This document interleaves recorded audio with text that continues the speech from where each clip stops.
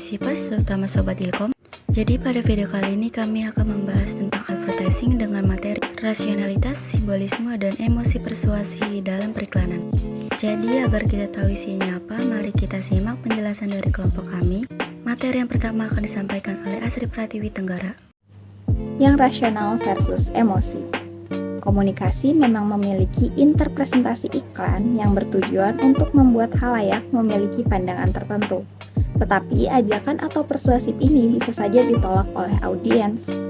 Kemungkinan ditolaknya ajakan ini karena audiens tidak memiliki perspektif yang sama. Untuk menghindari penolakan ajakan tersebut, maka diperlukan peningkatan kesadaran dengan melihat dari akar permasalahannya. Beberapa orang berpendapat bahwa persuasif yang paling efektif adalah persuasif rasional, dan sebagian lainnya lagi mengatakan bahwa persuasif emosional lah yang paling efektif. Sebetulnya tidak ada yang salah antara persuasif emosional maupun persuasif rasional. Keduanya tentu akan diperlukan. Persuasif akan menginspirasi seseorang untuk bertindak, meyakini, hingga menginginkan sesuatu. Selanjutnya ada materi kedua, yaitu penyembuhan emosi dalam persuasi. Potensi kebangkitannya emosi dapat mempengaruhi sesuatu yang menjadi perhatian kita.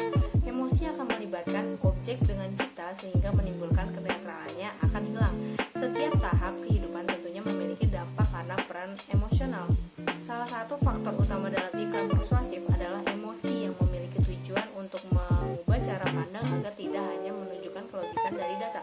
Perubahan keyakinan, nilai, keinginan dapat dipengaruhi dengan iklan yang menggunakan emosional daripada iklan dengan rasional atau logika. Lalu di sini ada penggunaan emosional dalam sebuah iklan. Menggunakan emosional dalam sebuah iklan dapat menimbulkan perhatian, nilai inti, dan rasa tak terkendali yang mendorong audiens untuk menerima penjelasan terkait iklan yang ditampilkan.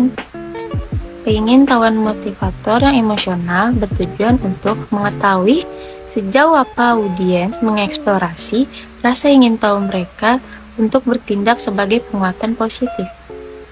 Jadi, dengan membangkitkan rasa keinginan tahu tersebut, maka sebuah proses yang memungkinkan melibatkan kehadiran kebaruan. Rasionalitas, simbolisme, dan emosi dipersuasi dalam periklanan. Materinya yaitu setiap iklan dapat dipersuasifkan. Bagaimana statik disajikan menjadi kunci dampak persuasifnya. Penyajian data statik mempengaruhi makna yang diambil darinya. Dengan beberapa makna beresonansi lebih emosional daripada yang lain. Jadi Eysenck, seorang pengetes tes IQ, mengambil bahwa angka IQ memprediksi kinerja skolastik dengan ketepatan yang cukup. Selanjutnya ada materi yang kelima, yaitu komunikasi, simbolisme, dan makna. Dalam periklanan, iklan persuasif bekerja untuk membangun keinginan atau motivasi dan keyakinan atau sikap dengan membantu persepsi merek yang disukai atau harus disukai audiens. Persepsi melibatkan semacam konseptualisasi merek. Di semua bidang komunikasi persuasif, pesan yang mencerminkan nilai dicari. Nilai-nilai yang paling mungkin beresonansi adalah nilai-nilai dari subkultur tempat kelompok sasaran berada.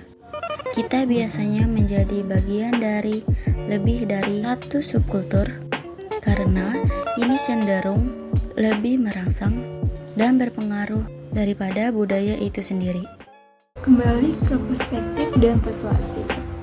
Setiap argumen, setiap persuasif membutuhkan kepercayaan dan nilai yang diterima begitu saja. Sudut pandang yang berbeda menyebabkan kita mengklasifikasikan sesuatu juga secara berbeda. Jadi lensa yang digunakan orang untuk melihat bukti itu tuh mempengaruhi pilihan atau fakta mereka, karena opini mempengaruhi apa yang menurut mereka relevan. Jadi saat kita berbagi sudut pandang pembicara atau penulis, kita menikmati, mendengarkan, atau membaca, dan kemudian dibujuk. Nah, itu dia Sobat Ilkom, beberapa penjelasan dari kelompok kami persoalan advertising. Semoga bisa dipahami ya.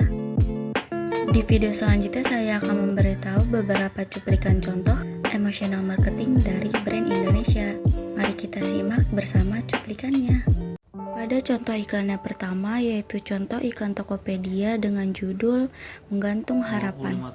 Pada videonya, Tokopedia menyoroti merchant-nya dengan mengangkat kisah inspiratif tentang kisah perjalanan mereka sebagai seller di Tokopedia dan bagaimana hal tersebut membantu seller mengatasi masalahnya. Selain itu, Tokopedia juga menggunakan pendekatan storytelling untuk menyampaikan kisah seller, membangkitkan rasa haru dan inspiratif pada penontonnya. Dengan iklan Tokopedia ini, seseorang merasa terinspirasi oleh sesuatu. Mereka akan cenderung sering berpikir secara berbeda dari kebiasaan. Mari kita lihat cuplikannya. Buat saya, istri saya adalah anugerah.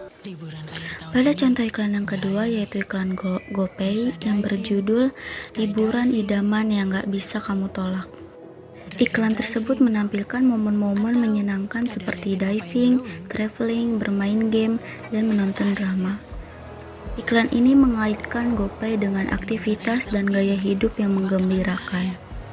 Selain itu, iklan juga mengajak penonton untuk menikmati liburan akhir tahun mereka dan menyampaikan bahwa konsumen bisa mendapatkan hal itu dengan GoPay.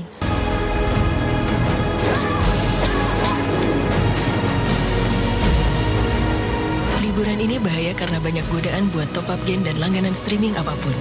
Untung ada cashback 90% pakai GoPay.